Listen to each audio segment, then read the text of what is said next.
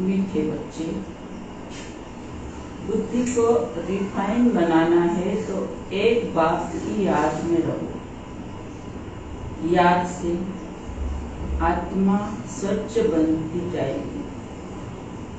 प्रश्न है, वर्तमान समय मनुष्य अपना टाइम व मनी वेस्ट कैसे करते हैं? उत्तर है, जब कोई शरीर छोड़ता है तो उनके पीछे कितना पैसा आदि खर्च करते रहते हैं। जब शरीर छोड़कर चला गया तो उसकी कोई वैल्यू तो रही नहीं, इसलिए उसके पिछाड़ी जो कुछ करते हैं उसमें अपना टाइम और मनी वेस्ट करते रहते हैं। ओम शांति। रूहानी बाप रूहानी बच्चों को समझाते हैं। यह भी ऐसे कहते हैं ना, फिर बाप है या दादा है। दादा भी कहेंगे रूहानी बाप तुम बच्चों को यह नॉलेज सुनाते हैं। पास्ट, प्रेजेंट, फ्यूचर का वास्तव में सतयुग से लेकर त्रेता अंत तक क्या हुआ है, यह है मुख्य बात। बाकी द्वापर कलयुग में कौन कौन आए, क्या हुआ, उनकी हिस्ट्री ज्योग्राफी तो बहुत है। सतयुग त्रेता की कोई हिस्ट्री ज्योग्राफी है नहीं, और तो सबकी हिस्ट्री ज्योग्राफी है। बाकी देवी देवताओं को लाखों वर्ष पहले ले गए। यह है बेहद की बेसमझी। तुम भी बेहद की बेसमझी में थे, अभी थोड़ा थोड़ा समझ रहे हो। बाबा कहते हैं कि कोई शरीर छोड़ता है तो उसके पीछे यहाँ कितना खर्चा करते हैं, क्या क्या करते हैं, तो अपना टाइम और मनी उसके पीछे वेस्ट करते हैं। क्योंकि आत्मा चली गई तो शरीर को भी जला देते हैं, तो इसका कोई मतलब नहीं। बाबा कहते हैं कि द्वापर से लेकर कलयुग तक जो भी कुछ संस्थापक आए सब आए, उनकी हिस्ट्री ज्योग्राफी तो हम जानते हैं, पर वो सब जानते हैं, हम भी जानते हैं और सब दुनिया वाले भी जानते हैं। पर देवी देवता सतयुग और त्रेता में थे, उनको कोई नहीं जानता। उनको कहते हैं कि ये लाखों वर्ष पहले हुए होंगे, ऐसा होगा। उनको किसी को भी ये क्लियर नहीं है, और बाबा हमको ये सब क्लियर कराता है और सब पूरी नॉलेज बाबा हमको यहाँ देते हैं। बाबा कहते हैं कि जो बाबा भी कहते हैं रूहानी बच्चे, और दादा भी उनको रूहानी बच्चे, तो बाप दादा ही बच्चे बच्चे कहते हैं, दूसरा तो कोई बच्चे, हम तो भाई है बहन है ऐसे कहते हैं। तो बाबा कहते अभी तुम पहले बेसमझ से, अभी थोड़ा थोड़ा समझ रहे, हम पूरा नॉलेज, वो तो सागर है इतना, तो हम पूरा तो नहीं, अभी इसको थोड़ा थोड़ा समझने की हम कोशिश कर रहे हैं। अभी थोड़ा थोड़ा समझ रहे हैं। कोई तो अभी भी कुछ समझते नहीं है, बहुत कुछ समझने का है। बाप ने आबू की महिमा पर समझाया है, इस पर ख्याल करना चाहिए। तुम्हारी बुद्धि में आना चाहिए, तुम यहाँ बैठे हो, तुम्हारा यादगार दिलवाड़ा मंदिर कब बना है, कितने वर्ष बाद बना है। यह कहते हैं कि 1250 वर्ष हुए हैं, तो बाकी कितने वर्ष रहे हैं। तो उन्होंने भी अभी यादगार और वैकुंठ का यादगार बनाया है। तो दिलवाड़ा मंदिर में अभी कभी हमारा तपस्या में बैठे हैं सब, और वैकुंठ का चित्र भी ऊपर है। तो बाबा कहते हैं कि ये उन्होंने तुम्हारी यात्रा में बनाया है।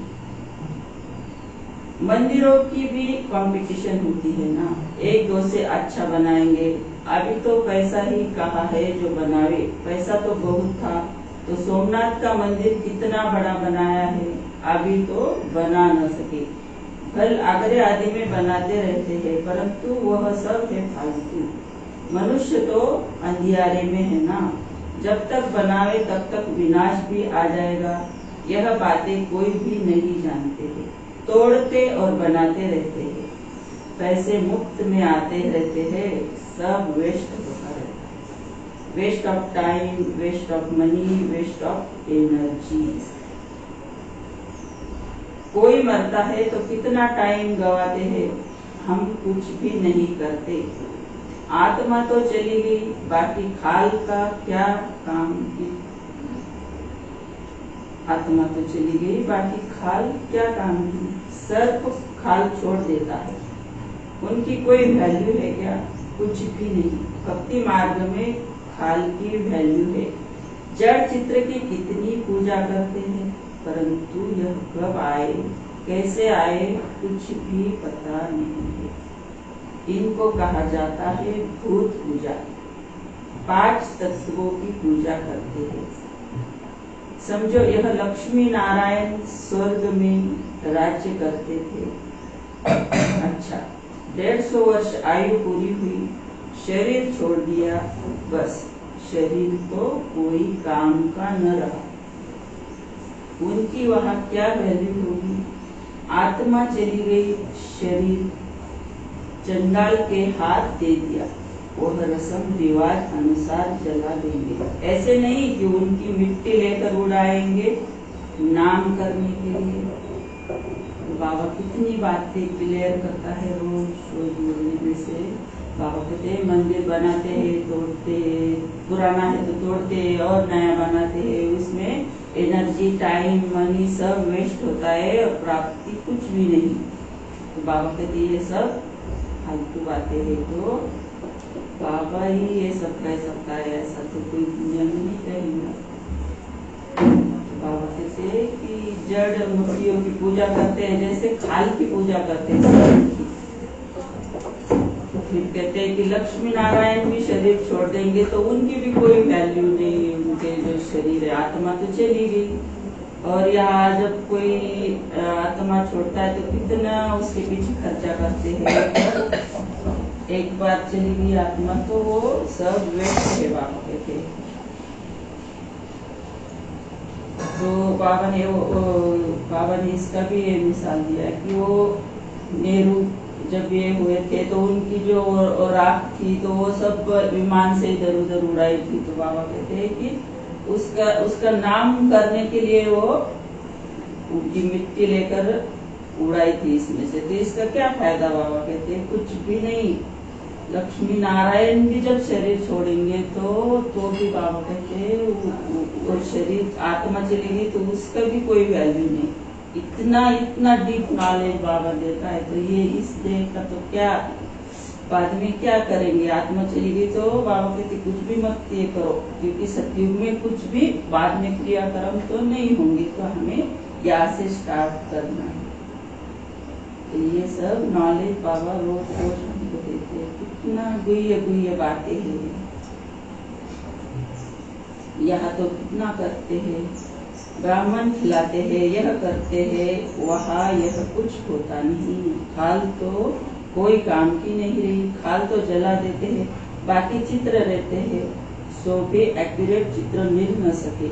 यह आदि देव की पत्थर की मूर्ति थोड़ी ही है। पूजा जब शुरू की है तब के पत्थर की है। तो आदिदेव की भी मूर्ति बाबा के वो जैसे थे वैसे थोड़ी बनाएंगे, बाद में जो पत्थर मिला उसकी मूर्ति बना देते और उसकी पूजा करते रहते। कितना उसमें अपनी एनर्जी वेस्ट करते हैं, क्या क्या करते हैं उनको पता नहीं। भगवान को ढूंढ रहे हैं मूर्तियों में। पर हम तो बहुत भाग्यशाली बच्चे बाबा के। बाबा तो हर सेकंड हाजिर है हमारे लिए, और वो उसमें ढूंढ रहे कितना फर्क है, हमें कितना गर्व ऐसा ये होना चाहिए अंदर ही अंदर। असुर जो था वह जलकर खत्म हो गया ना। फिर भक्ति मार्ग में यह निकला है, इन बातों पर भी सोच तो चलता है ना। आबू की महिमा को अच्छी रीति सिद्ध करना है। अब हमको तो सब पता चला है, पर हमें अंदर से सबको दिल से बताना है कि आबू तीर्थ बहुत बड़ा तीर्थ है, तुम्हारे वहाँ पैर भी लगकर आ गए तुम भाग्यवान बन जाएंगे, ऐसा तो ये सब इसका महत्व बताना है। इन बातों पर भी सोच चलता है। आबू की महिमा अच्छी है, तुम्हें सिद्ध करना है। तुम भी यहाँ बैठे हो, यहाँ ही बाप सारे विश्व को नर्क से स्वर्ग बना रहे हैं, तो यही सबसे ऊंच तीर्थ ठहरा। अभी इतनी भावना नहीं है, सिर्फ एक शिव में भावना है। कहाँ भी जाओ शिव का मंदिर जरूर होगा। अमरनाथ में भी शिव का ही है। कहते हैं शंकर ने पार्वती को कथा सुनाई, वहाँ तो कथा की बात ही नहीं, मनुष्य को कुछ भी समझ नहीं है। अभी तुमको समझ आई है, आगे पता नहीं था।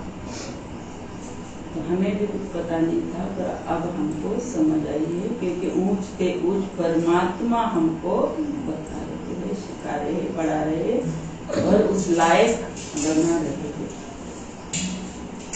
तो ये सब हमको सबको समझाना है। अभी बाबा आबू की कितनी महिमा करते हैं। सर्व तीर्थों में यह महान तीर्थ है, बाबा समझाते हैं तो बहुत है, परंतु जबकि अनन्य बच्चों की बुद्धि में बैठे। अभी तो देह अभिमान बहुत है, ज्ञान तो बहुत ढेर चाहिए, रिफाइनेंस बहुत आनी है। अभी तो योग बड़ा मुश्किल कोई का लगता है। योग के साथ फिर नॉलेज भी चाहिए, ऐसे नहीं सिर्फ योग में रहना है, योग में नॉलेज जरूर चाहिए। तो हम ये ज्ञान के आधार से योग करते हैं कि मैं आत्मा हूँ, मैं कौन सी आत्मा हूँ और मुझे कौन पढ़ा रहा है, भगवान से योग कैसे लगाना है। तब स्मृति जागृत होती है और करंट तो पावर से आती रहती है। तो बाबा कहिए कि ये ज्ञान के इससे माध्यम से तुम योग लगाते हो। तो ऐसे ही बैठ जाएंगे तो योग नहीं लगेगा, बुद्धि उसमें टर्न होती जाएगी। तो बाबा हर प्रकार की नॉलेज को देता है। तो बाबा कहते कि दिल्ली में ज्ञान विज्ञान भवन नाम रखा है, परंतु इनका अर्थ क्या है यह समझते थोड़ी है। ज्ञान विज्ञान तो सेकंड का, ज्ञान तो बाबा के सेकंड का है।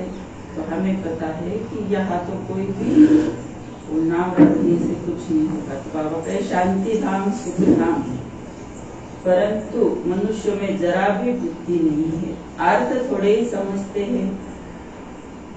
चिन्मयानंद आदि कितने बड़े बड़े सन्यासी आदि है, गीता सुनाते हैं, कितने उनके ढेर फॉलोअर्स है। सबसे बड़ा जगत का गुरु तो एक ही बाप है। बाप और टीचर से बड़ा गुरु होता है क्या? तो हम जानते हैं कि सबसे बड़ा तो बड़े से बड़ा तो भगवान ही है। वो सब गुरुओं का गुरु है, देव का देव, पतियों का पति है। तो ये सब बातें हमको सबको अंदर से प्यार से कहना है। कभी ना कभी तो वो आ ही जाएंगे। हमारे बच्चे भी है तो हम तीर्थों पे नहीं जाएंगे, मंदिरों में नहीं जाएंगे, वो भी अपने आप उनको भी लगेगा कि ये तो इतना शांत रहते हैं, फिर भी मंदिर में इसमें पूजा हो तो अपने आप होता है ना। वो ऐसे थोड़ी बताने के लिए तो कुछ भी करना नहीं कि हम भी करेंगे करेंगे। अभी हमारे बेटे बहू ये तो सब देखते हैं ना हमको, तो अपने आप ये सब होते रहता है। तो हम जहाँ जाएंगे वो भी हमारे पीछे पीछे आएंगे। तो ज्यादा उनको कहने की जरूरत नहीं पड़ेगी कि वो देखते हैं तो वैसा वो भी बन जाते हैं। तो सबसे बड़ा जगत का गुरु तो एक ही बाप है, बाप और टीचर से बड़ा गुरु होता है। स्त्री कभी दूसरा पति नहीं करेगी तो गुरु भी दूसरा नहीं करना चाहिए। तो हमारा तो एक ही गुरु है। अब हम तो सब पक्के बच्चे बाबा के, पर बाबा हर एक के लिए समझाता है, नए बच्चों के लिए, सबके लिए। तो बाबा कहते हैं कि गुरु तो एक ही है, शिव बाबा है। गुरु है, टीचर है और हमारा पिता भी है, सबकी सदगति करने वाला है। परंतु इन बातों को बहुत है जो बिल्कुल समझते नहीं। बाप ने समझाया है, यह राजधानी स्थापन हो रही है तो नंबरवार होंगे ना, कोई तो रिंचक भी समझ नहीं सकते। ड्रामा में पार्ट ऐसा है, टीचर तो समझ सकते हैं, जिस शरीर द्वारा समझाते हैं उनको भी तो मालूम पड़ता होगा। यह तो गुड़ जाने गुड़ की गोथरी जाने, गुड़ शिव बाबा को कहा जाता है। वह सबकी अवस्था को जानते हैं, हर एक की पढ़ाई से समझ सकते हैं, कौन कैसे पढ़ते हैं, कितनी सर्विस करते हैं, कितना बाबा की सर्विस में जीवन सफल करते हैं। ऐसे नहीं कि इस ब्रह्मा ने दरबार छोड़ा है इसलिए लक्ष्मी नारायण बनते हैं। मेहनत करते हैं ना, यह नॉलेज बहुत ऊंची है। तो बाबा के पास सबका है। बाबा कहते कि मेरा बाबा भी कहा तो भी वो मेरा बच्चा, मेरा वारिस है। तो बाबा किसी को भी कम या ज्यादा नहीं करता है। बाबा ये लक्ष्मी नारायण बनने वाले दो पार्ट तो सबको पता है, पर ब्रह्मा बाबा के लिए बाबा कहते हैं कि ये भी पुरुषार्थ करता है और घर बार भी नहीं छोड़ा है। बाबा ने सब कुछ वहाँ रहते हुए किया है। बाबा कहते हैं कि ब्रह्मा बाबा ने भी बहुत मेहनत की है, तो ऐसे हमें भी योग को बढ़ाते रहना है, नॉलेज से, ज्ञान के नॉलेज से। बाप समझाते हैं, यह है आसुरी दुनिया, अभी दैवी दुनिया बनती है। हमारी एम ऑब्जेक्ट यह है, यह लक्ष्मी नारायण बनना है। जो भी चित्र है सबकी बायोग्राफी को तुम जानते हो। मनुष्य को समझाने के लिए कितनी मेहनत की जाती है तुम भी समझते होंगे। यह कुछ अच्छा बुद्धिमान है, यह तो कुछ नहीं समझते। तुम बच्चों में जिसने जितना ज्ञान उठाया है उस अनुसार ही सर्विस कर रहे हैं। मुख्य बात है ही गीता के भगवान की। सूर्यवंशी देवी देवताओं का यह एक ही शास्त्र है, अलग अलग नहीं है। ब्राह्मणों का भी अलग नहीं है। यह बड़ी समझने की बातें है। तो हमारे बाबा के क्या, हम जो ब्राह्मण हैं, देवी देवताओं का भी एक ही शास्त्र है और हम ब्राह्मणों का भी एक ही नॉलेज, एक ही मत, श्रीमत, और सब कुछ हम इस मुरली के माध्यम से बाबा से पढ़ते हैं। तो हमारा एक ही लक्ष्य है, अलग अलग नहीं है, एक ही शास्त्र है हमारा, बाबा रोज मुरली से। इसमें बड़ी समझ चाहिए। बाप जो समझाते हैं उनको उगारना चाहिए। यहाँ तो तुमको बहुत सहज है, कोई लौकिक कार्य, व्यवहार, हंगामा आदि नहीं। बाहर में रहने से धंधे आदि की कितनी चिंता रहती है, माया खूब तूफान में लाती है। यहाँ तो एकांत लगी पड़ी है। बाप तो फिर भी बच्चों को पुरुषार्थ कराते रहते हैं। यह बाबा भी पुरुषार्थी है, पुरुषार्थ कराने वाला तो बाप है। इसमें विचार सागर मंथन करना पड़ता है। तो बाबा मधुबन के लिए कह रहे हैं कि मधुबन में तो एकांत लगी पड़ी है, वहाँ कोई हंगामा नहीं है, वहाँ माया कोई तूफान बनाती है। वहाँ ब्रह्मा बाबा ने जो पुरुषार्थ किया है, वो जो ये हमारा पांडव भवन चारों धाम की जो यात्रा है, उससे पावरफुल स्थान तो इस दुनिया में कहा भी नहीं है। सबसे बड़ा पावरफुल स्थान है वहाँ पे, क्योंकि भगवान जब प्रवेश करते थे तो बाबा चलते थे, तो उतनी जगह में इतने वाइब्रेशन है, कि वहाँ कोई भी जाता है तो पावन ही बन जाता है। तो बाबा कहते यहाँ तो कोई हंगामा नहीं है, उनके लिए तो पुरुषार्थ बहुत सहज है। तो मधुबन के लिए बात करें, और हम बच्चे भी मधुबन में जब जाते हैं तो पूरा भर के आते हैं।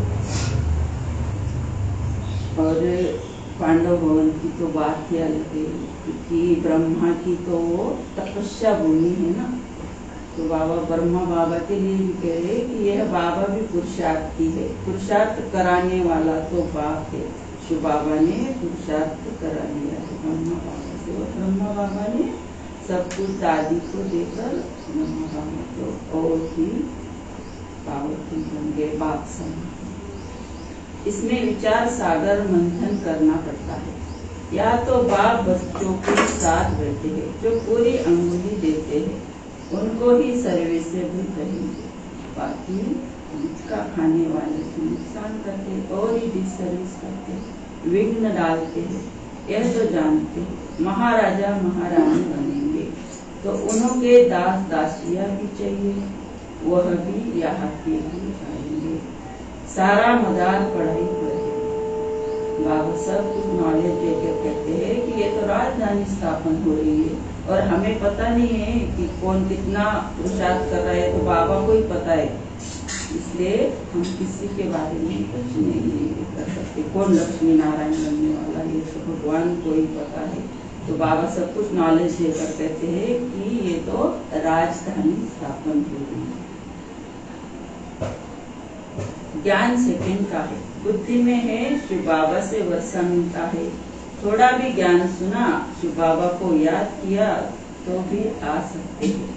प्रजा तो बहुत बनने की है, हमारी राजधानी सूर्यवंशी चंद्रवंशी यहाँ स्थापन हो रही है। बाप का बनकर अगर ग्लानि करते हैं तो बहुत बोझा चढ़ता है, एकदम जैसे रसातल में चले जाते। बाबा ने समझाया है, जो अपनी पूजा बैठ कराते हैं वह पूज्य कैसे कहला सकते हैं। सर्व का सद्गति दाता कल्याण करने वाला तो एक ही बाप है। मनुष्य तो शांति का अर्थ भी नहीं समझते।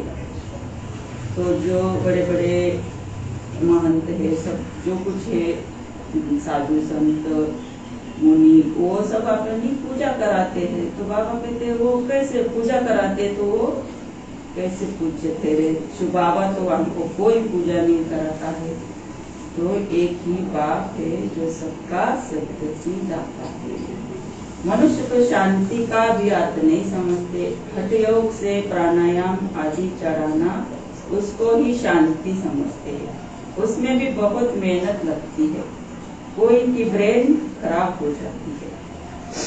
दो हटियोग प्राणायाम करते, दो से करते, उनको लगता है कि हम इससे कुछ शांति मिलेंगी। तो बाबा कहते हैं कभी कभी तो ब्रेन की ये नस भी हट सकती है, प्राणायाम से कोई शांति नहीं मिलने वाली है किसी को।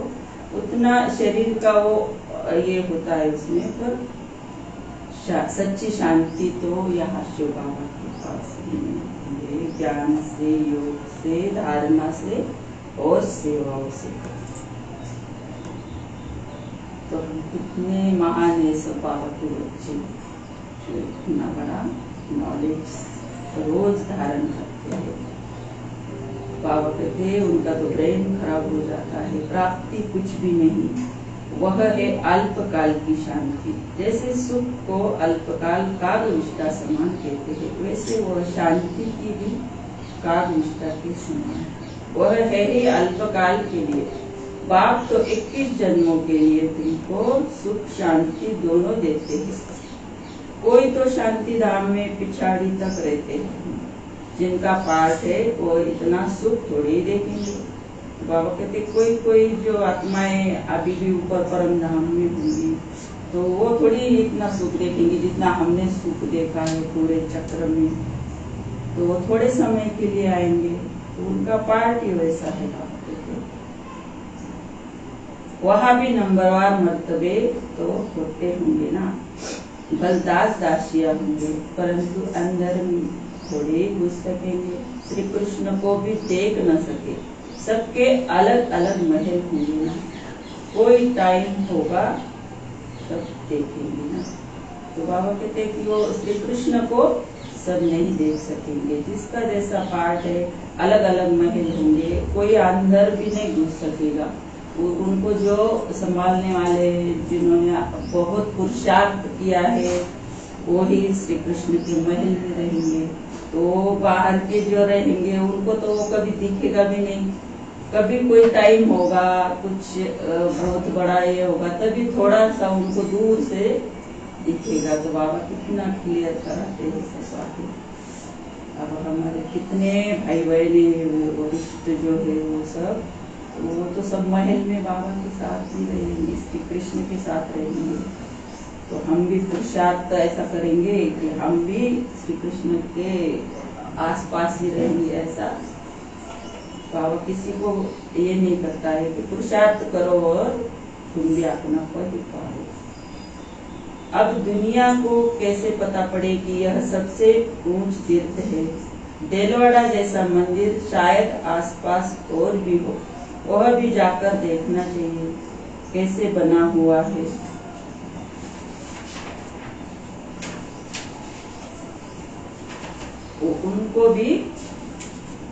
उनको ज्ञान देने की भी दरकार नहीं।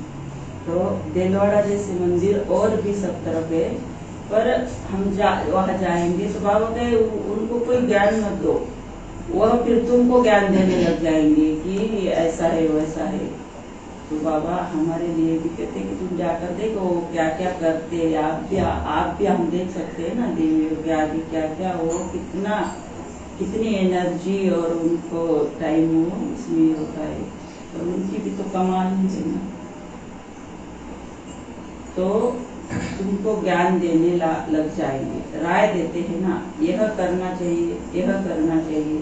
यह तो जानते नहीं कि इनको पढ़ाने वाला कौन है।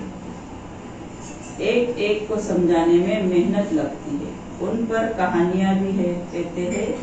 कहते थे कि शेर आया शेर आया। तुम भी कहते हो मौत आया कि आया, तो वह विश्वास नहीं करते। समझते हैं अभी तो 40,000 वर्ष पड़े हैं, मौत कहाँ से आएगा। परंतु मौत तो आना जरूर है, सबको ले जाएगी। तो हम कहते हैं कि चलो शिवाला के पास सेंटर पे चलो। तो वो कहते अभी तो कहाँ मौत आनी है, अभी तो शेर आया कहते ना, तो एक दिन आ जाएगा तब वो, पर हमारा काम है सबको कहने। चलो वो बाद में कहेंगे तुमने तो बताया ही नहीं। सबको ले जाए, वहाँ कोई भी किचड़ा होता नहीं। बाबा एक पॉइंट से तुरंत दूसरे पॉइंट पे आ जाता है, उसमें टू मच हम भी नहीं जाते और बाबा भी नहीं जाता। तो बाबा कहते वहाँ कोई किचड़ा होता नहीं। कहा सतयुग में। यहाँ की गौ और वहाँ की गौ में भी कितना फर्क है। श्री कृष्ण थोड़े ही गौएं चराता था, उनके पास तो दूध हेलीकॉप्टर से आता होगा। कितना फर्क है इसमें। तो बाबा कितना ये एक पॉइंट होता है, पर इसमें बाबा ने कितना मंथन करके ये सब निकाला होगा ना, ब्रह्मा बाबा ने। तो बाबा कहते हेलीकॉप्टर से दूध आता होगा, आसपास थोड़ी किचड़ा और गायों के पीछे थोड़ी जाएगा। वो तो विश्व का महाराजन है श्री कृष्ण, उनके पास तो दूध हेलीकॉप्टर से आता होगा। यह कीचड़ पट्टी दूर रहती होगी, जो गये है वो सब दूर रहती होगी। वह सामने घर में थोड़ी किचड़ा रहेगा, वह तो अपरंपार सुख है, जिसके लिए पूरा पुरुषार्थ करना है। कितने अच्छे अच्छे बच्चे सेंटर से आते हैं, बाबा देखकर कितना खुश होते हैं। नंबरवार पुरुषार्थ अनुसार फूल निकलते हैं। फूल जो है वह अपने को भी खुश समझते हैं। दिल्ली में भी बच्चे कितनी सर्विस करते हैं, रात दिन का ज्ञान भी कितना ऊंचा है। आगे तो कुछ नहीं जानते थे, अब कितनी मेहनत करनी पड़ती है। बाबा के पास तो सब समाचार आते हैं, कोई का सुनाते हैं, कोई का नहीं सुनाते, क्योंकि ट्रेक्टर भी बहुत होते हैं। तो बाबा के पास सबका समाचार तब भी आता था, और अब तो बाबा ऊपर से बेहद की सेवाओं में बाबा सबको देखता है वहाँ से। बाबा कहते हैं कि बहुत अच्छे अच्छे फूल मधुबन में ही दिया जाती है सबको, पर हमें भी सबको यहाँ लेकर आना है। एक साल की जो धारणा करेंगे उनको ही बाबा मिलन के लिए लेकर जाना है। तो बाबा सब क्लियर कराता है। तो बाबा कहते हैं कि थोड़ा ज्ञान मिला तो समझते हैं हम शिव बाबा की बाबा बन गए। पहचान तो है नहीं कि कौन नॉलेज देते हैं। अच्छा, मीठे मीठे शुक्रिया दे बच्चों प्रति माता पिता बाप दादा का दिया प्यार और गुड मॉर्निंग। रूहानी बाप की रूहानी बच्चों को नमस्ते। हम रूहानी बच्चों की रूहानी बाप दादा को याद प्यार गुड मॉर्निंग नमस्ते। वाह वाह वाह वाह, शुक्रिया बाबा शुक्रिया।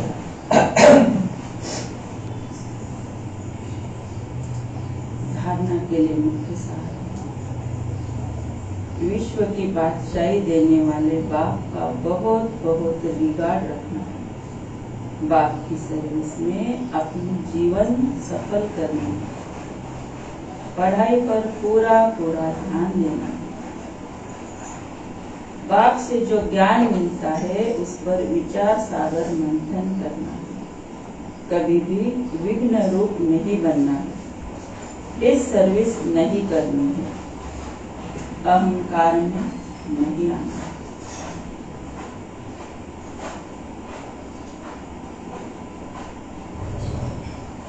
वरदान, चारों ही सब्जेक्ट में बाप के दिल पसंद मार्क लेने वाले दिल तख्त नशीन। जो बच्चे चारों ही सब्जेक्ट में अच्छे मार्क्स लेते थे, आदि से अंत तक अच्छे नंबर से पास होते हैं, उन्हें ही पास विद ऑनर कहा जाता है। बीच बीच में मार्क्स कम हुई फिर मेकअप किया, ऐसे नहीं, लेकिन सभी सब्जेक्ट में बाप के दिल पसंद ही दिल तख्त नशीन बनते हैं। साथ साथ ब्राह्मण संसार में सर्व के प्यारे, सर्व के सहयोगी, सर्व का सम्मान प्राप्त करने वाले दिल तख्त नशीन, सो राज्य तख्त नशीन बनते हैं।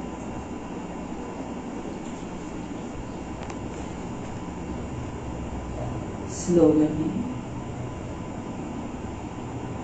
दिल रुबा वह है जिसके दिल में सदा यही अनहद गीत बजता रहे कि मैं बाप की और बाप में।